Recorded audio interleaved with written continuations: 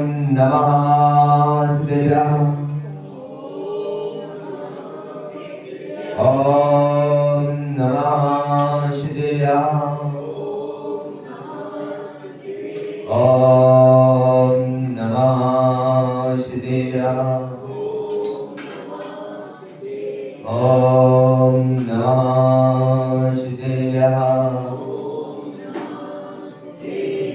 मंगलमय मंगले करण ओइतरागिरि ज्ञान नमो ताय जाते हुए अरिहंतादि महा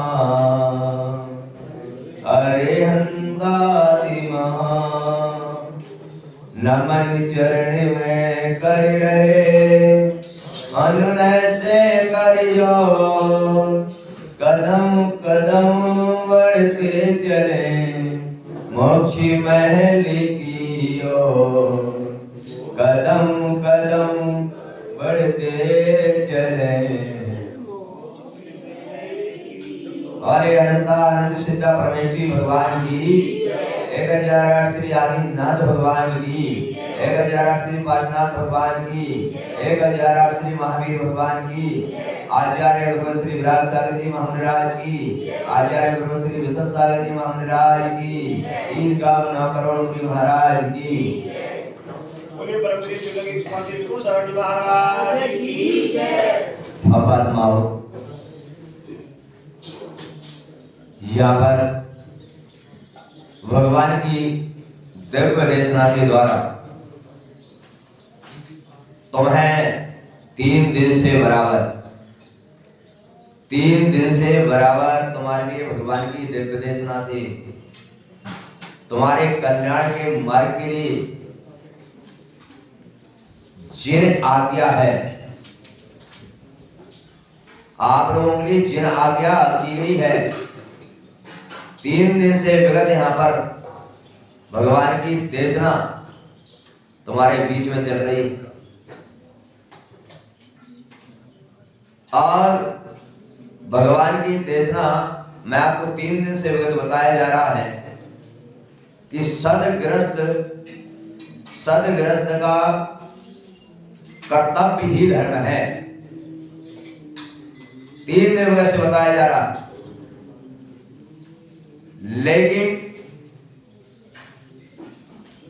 हमारे अंदर में कहीं ना कहीं किसी ना किसी प्रकार की कोई ना कोई ऐसी व्यवस्था अंतरंग में विराजित है जो हमें अपने कर्तव्य करने से रोकती है, हमारे कर्तव्य करने से रोक रही है। और विगत दिन से यहां पर चल रहा है और कल 2 लाइनों का पूरा हो गया था कि धर्म करत संसार सुख धर्म करत निर्माण, जो आपको चक्रवर्ती के उदाहरण से समझाया। वो चक्रवर्ती का एक ऐसा उदाहरण दिया गया जिससे तुम्हें बताया गया था, लेकिन हमारे अंदर कहीं ना कहीं जरूर ऐसी कोई कमी है कि हम सारी जिनवाणी को सुनने के बाद, जिनवाणी पढ़ने के बाद, हम ज्ञानी आत्मा बनने के बाद हम जीवन में उसको उतार नहीं पा रहे, नहीं उतार पा रहे हैं। क्यों नहीं उतार पा रहे हैं? उसका कारण यह है कि हमें अभी जिनवाणी से हमें प्रेम नहीं है। क्योंकि बिल्कुल सत्य बात है, अभी भी अपन देखते हैं कि विचार करते हैं अब संसार के अंदर में चक्रवर्ती जैसा तुम्हें उदाहरण दिया, और चक्रवर्ती के पास ऐसी संपदा होती है, ध्यान रखो, चक्रवर्ती के पास संपदा होती है और तुम लोगों के पास संपत्ति होती है। संपत्ति पाप से कमाई जाती है। आप लोग जो भी धन कमाते हो उसमें 5 पाप लगते हैं। बगैर 5 पाप के आपके पास धन का अर्जन नहीं हो सकता। अब यहाँ पर जब 5 पाप के बगैर धन का अर्जन नहीं होगा करने पड़ेंगे। गृहस्थ में रहते हैं, बगैर इसके काम नहीं चलेगा। तो पापों को धोने का उपाय भी तो चाहिए, पापों को धोने की व्यवस्था भी तो चाहिए। और पापों को धोने के लिए चक्रवर्ती के पास संपदा होती है, उसको कोई पाप नहीं करना पड़ता। उसके खजाने में अक्षय निधि होती है, उसका खजाना कभी खाली। इस प्रकार से हमारे इस जीवन में हमको विद्वेष करना है और उस धर्म की खोज करना है जिससे हमारे पापों से हम निवृत्ति पाएं, जिससे हम हमारे पापों से निवृत्ति पाएं। बंधुओं, मैं तो तुम्हारे बीच में 2-4 दिन के लिए आया हूं क्या, और मैं तो चला भी जाऊंगा, लेकिन तुम जहां हो वहीं रहोगे और जो क्रिया कर रहे हो वही क्रिया करते रहोगे। संत तो आते हैं लेकिन तुम जहां हो वही थे और वही है और वहीं पर रहोगे। तुम में कोई परिवर्तन आने वाला नहीं। क्यों नहीं आने वाला? इसीलिए कि वर्तमान में हम सब ज्ञानी आत्मा हो गए। कौन हो गए? अरे महाराज जो बता रहे हैं वो तो हम खुद ही प्रवचन कर देते हैं। ये शास्त्र हमने जो महाराज बता रहे हैं वो शास्त्र हमने बहुत पहले पढ़ चुके। क्या बहुत पहले पढ़ चुके? और छोड़लगी महाराज तो क्या बताएंगे, हम तो बड़े बड़े महान संतों से भी ये प्रवचन सुन चुके, तो हम पर कोई फर्क पड़ने वाला नहीं है। लेकिन यहाँ पर आचार्य भगवान कह रहे हैं कि अगर इस प्रकार के भाव तुम्हारे अंदर हैं तो अभी आपके पास सम्यक दर्शन नहीं है, बिल्कुल कदापि भी नहीं है। क्योंकि आचार्य भगवान ने समझाया मात्र देव शास्त्र गुरु की भक्ति करना या देव शास्त्र गुरु पर सिद्धांत करना मात्र ये तो हमारा कर्तव्य धर्म है। लेकिन क्या उस सम्यक दर्शन को प्राप्त करने के लिए जहां हमारे आचार्य सुमंत भद्र स्वामी ने 8 अंगों का वर्णन किया, सम्यक दर्शन की परिभाषा लिखते हुए उन्होंने कहा 25 दोषों से रहित, शब्द विषयों से रहित, शब्द भय से रहित। अब यहाँ पर आचार्य भगवान कह रहे हैं कि जब 8 अंगों में प्रथम अंग का ही पालन नहीं है, निशंकित अंग यानी जिन वचनों पर शंका नहीं करना, इस पर जिन वचनों पर शंका नहीं करना। और हमको अगर जिन वचनों पर शंका हो रही है तो समझ लेना प्रथम अंग का ही पालन नहीं कर पा रहे हैं, और प्रथम अंग का पालन नहीं कर पा रहे तो कहां हमारे जीवन का कल्याण होगा, कहां हमारे पापों से निवृत्ति होगी। विचार करना है मात्र हमारे जीवन में, नहीं तो बंधुओं विचार करो। आचार्य सुमंत भद्र स्वामी गृहस्थ के लिए कहते हैं कि कैसे पापों से धुला जाए। तो गृहस्थ के लिए कहा गया है कि बगैर पाप किए बगैर उसका गृहस्थ नहीं चलेगा, और गृहस्थ चलाने के लिए उसको कार्य करना पड़ेगा। लेकिन पापों को धोने के लिए क्या करना पड़ेगा? बहुत अच्छी बात उन्होंने कही। क्या कहा उन्होंने कहा कि व्यक्ति अपने न्याय और नीति से, व्यक्ति अपने न्याय नीति से जो सबके परिवार के लिए द्रव्य उपार्जन करता है, न्याय और नीति से, यानी किसी प्रकार का उसमें छल कपट मायाचारी, न्याय नीति से जो द्रव्य अपने परिवार को एकत्रित करता है, और उसे द्रव्य में से, यहां पर कितनी अच्छी बात कही है उन्होंने, यहां पर कितना बड़ा उदाहरण दिया उन्होंने कहा कि उस द्रव्य को कमा के अपने घर पर जो द्रव्य कमाया है अपने परिवार के लिए, और उन्होंने उदाहरण दिया उस द्रव्य में से शुद्ध घर पर भोजन बना के 1 ग्रास किसी साधु को आहार दे दो, तुम्हारे सारे पाप धुल जाए।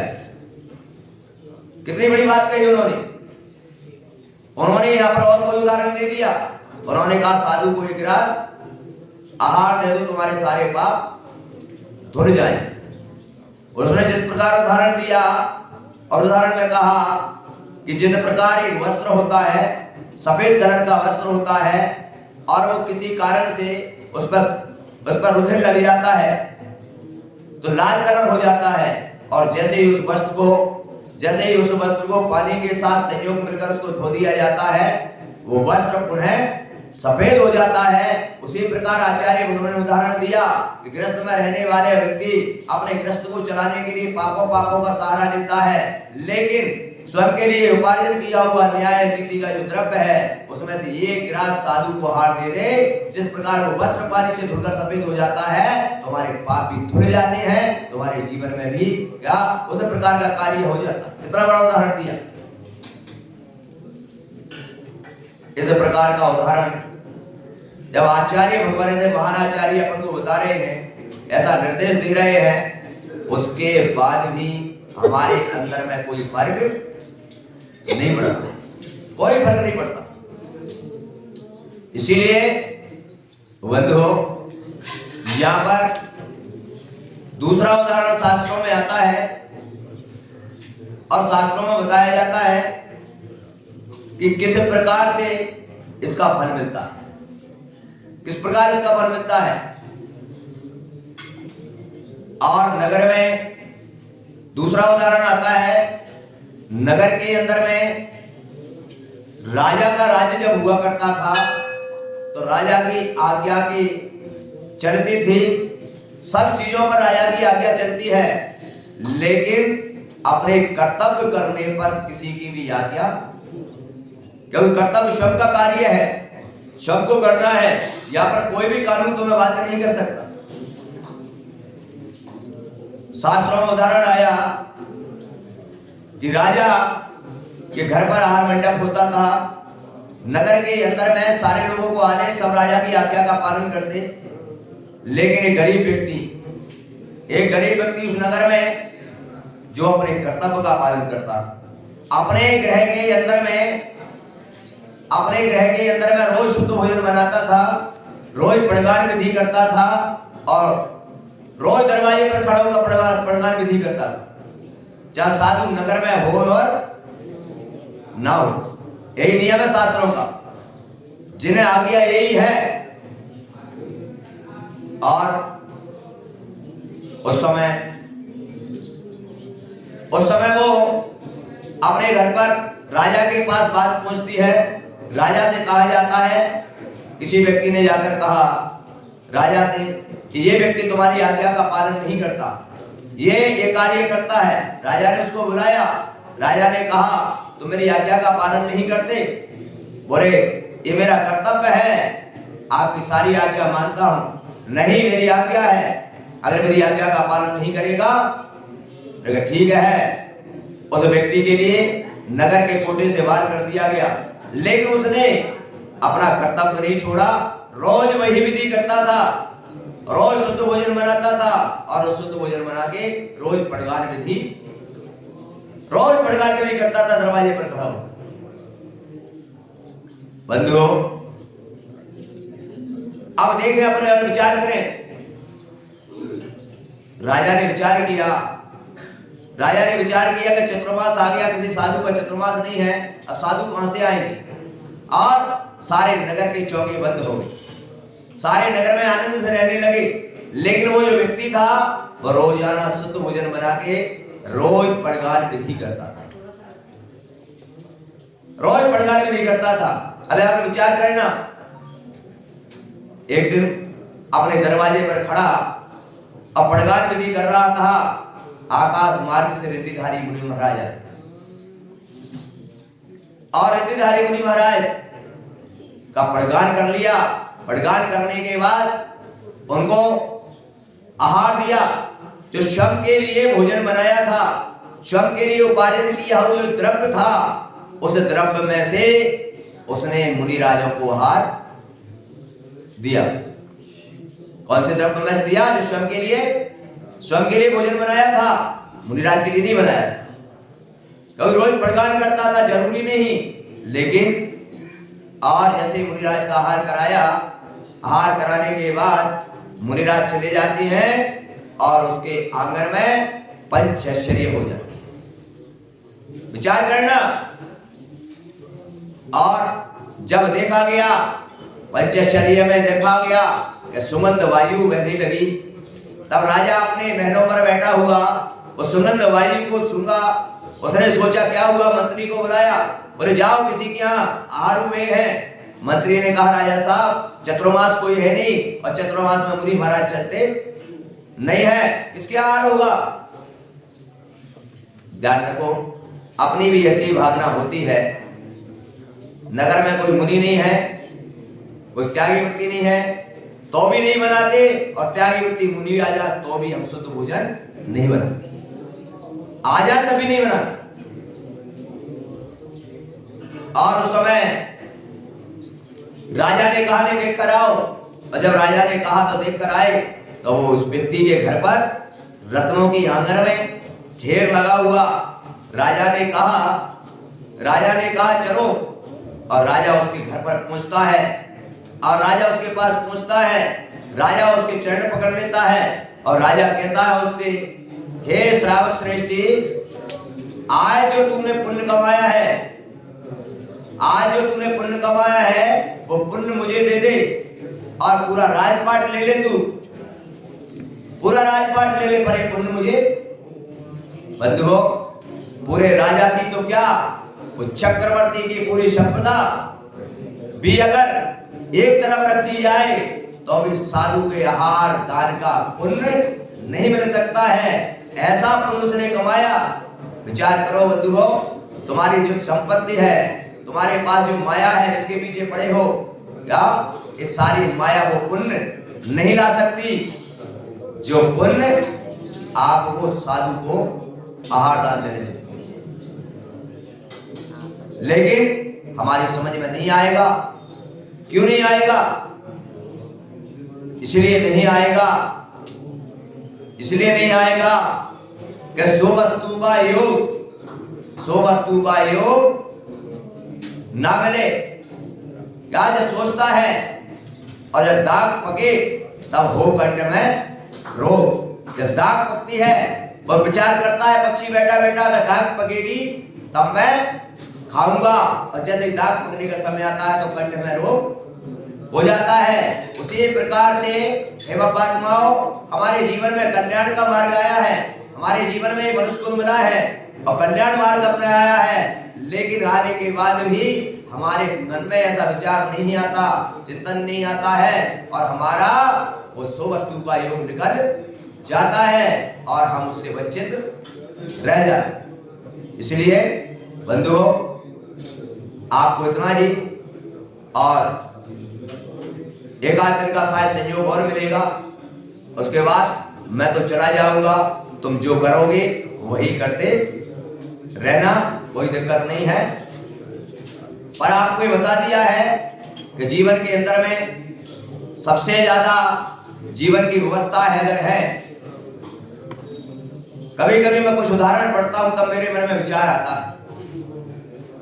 जब मैं उदाहरण पढ़ता हूं, जब अंजन चोर जैसे उदाहरण पढ़े जाते हैं, तब मन में विचार आता है, चिंतन आता है। हम पाठ करते हैं, पूजा करते हैं, मंदिर बनवाते हैं, कोई पाप नहीं करते, और अंजन चोर था, सारे पाप किए, लेकिन वो अंजन से निरंजन बन गया और हमारा कल्याण नहीं हुआ।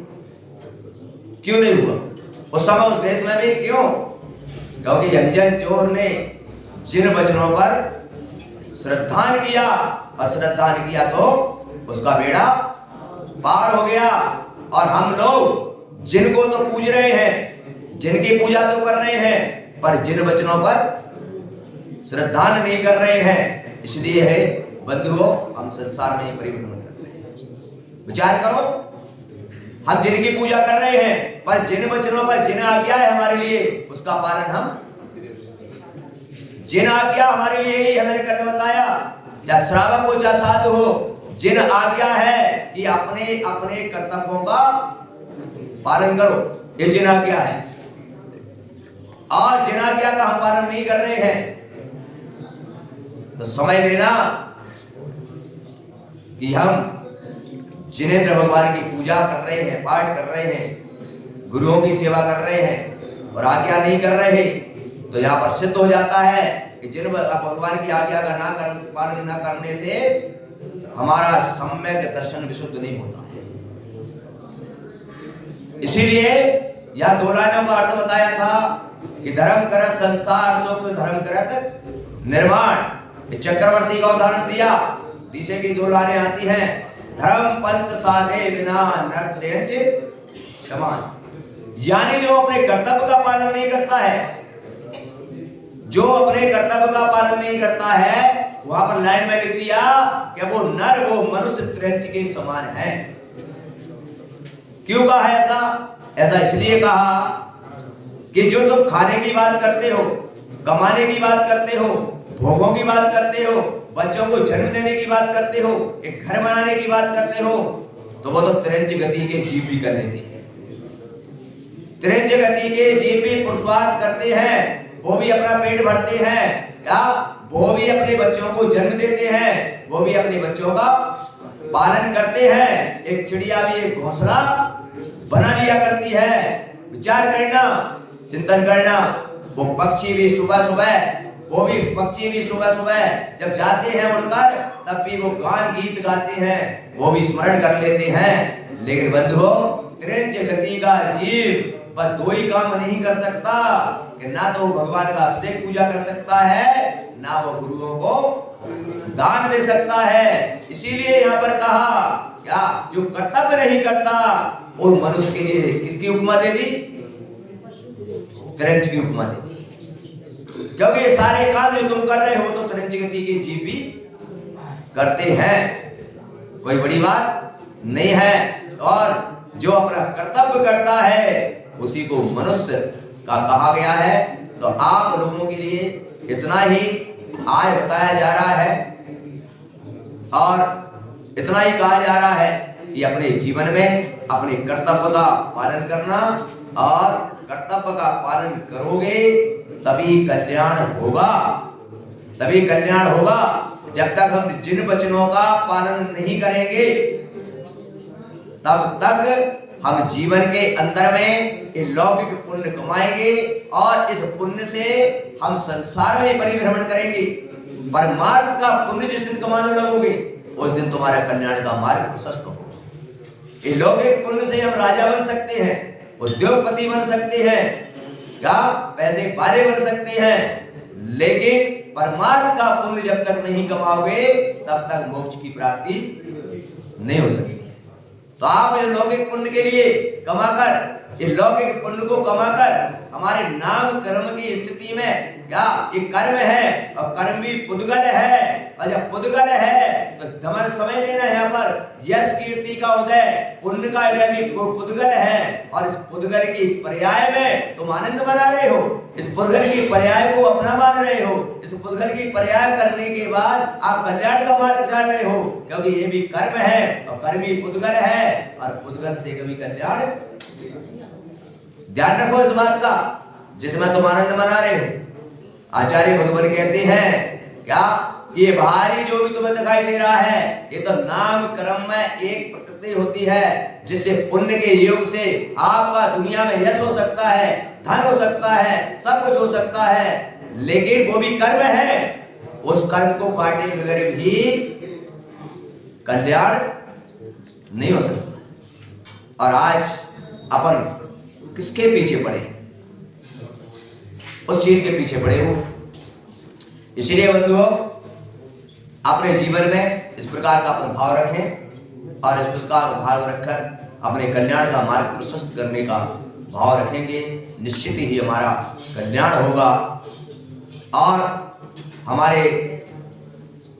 हमारे मुनि सुधा सागर महाराज ने भी ये बात कही अपने प्रवचन के माध्यम से, और उन्होंने कहा, बहुत अच्छी एक बात कही। उन्होंने कहा कि भगवान की पूजा का फल किस जन्म में मिलेगा कोई पता नहीं, किस जन्म में मिलेगा कोई पता नहीं। और उन्होंने बताया कि हम जहां पर जाते हैं कि मंदिर में है, मंदिर में भगवान विराजमान है, 3 कम 9 करोड़ मुनि महाराज में ये भी आते हैं। और जहां पर हम क्षेत्रों पर जाते हैं, वो क्षेत्र भी जहां हमारे अरहंत तीर्थंकर जैसे महामुनि पहुंचे तब वो क्षेत्र की स्थापना हुई। आचार्य मुनिराय ने बताया कि सबसे ज्यादा अगर वर्तमान में प्रेजेंट में तुरंत पुण्य चाहिए, उन्होंने भी स्पष्ट किया है तुरंत पुण्य अगर चाहिए आपको एलर्ट फौरन, तो उन्होंने कहा वो एलर्ट जो पुण्य मिलता है वो पुण्य भी आए वो पुण्य भी मुनियों का क्या मुनियों की सेवा, मुनियों का विहार और मुनियों को आहारदान देने का जो फल है क्या उनकी जो फल है वो तुरंत आपके खाते में ट्रांसफर हो जाता है। वर्तमान में अगर तुरंत पुण्य चाहिए तो यही मिलता है। पुण्य तो ये भी मिलेगा आपको, लेकिन कौन से जन्म में मिलेगा ये पता, लेकिन साधु की सेवा का फल इसी जन्म में प्राप्त होता है, इसी जन्म में मिल जाया करता है क्या। इसलिए अपन को ऐसा विचार करना है और अपन प्रवचन को यहीं पर विराम देते हैं, क्योंकि इधर पूजा का डिस्टर्बेंस सारा कार्य चल रहा है, मेरे कारण से आप लोगों को बाधा होती है। मैं आपसे क्षमा चाहता हूँ क्या कि मेरे कारण से आपको बाधा होती है। इसलिए अध्यक्ष साहब से मेरा निवेदन है कि यहाँ से मेरे आगे प्यार की व्यवस्था शीघ्रता से करें, जिससे आप लोगों को विकल्प न हो। हरिवंश परमेष्टि भगवान की जिनवाणी के ज्ञान से स्ववाणी मस्तक नमः, ए निर्वाणी भारती जो तेरा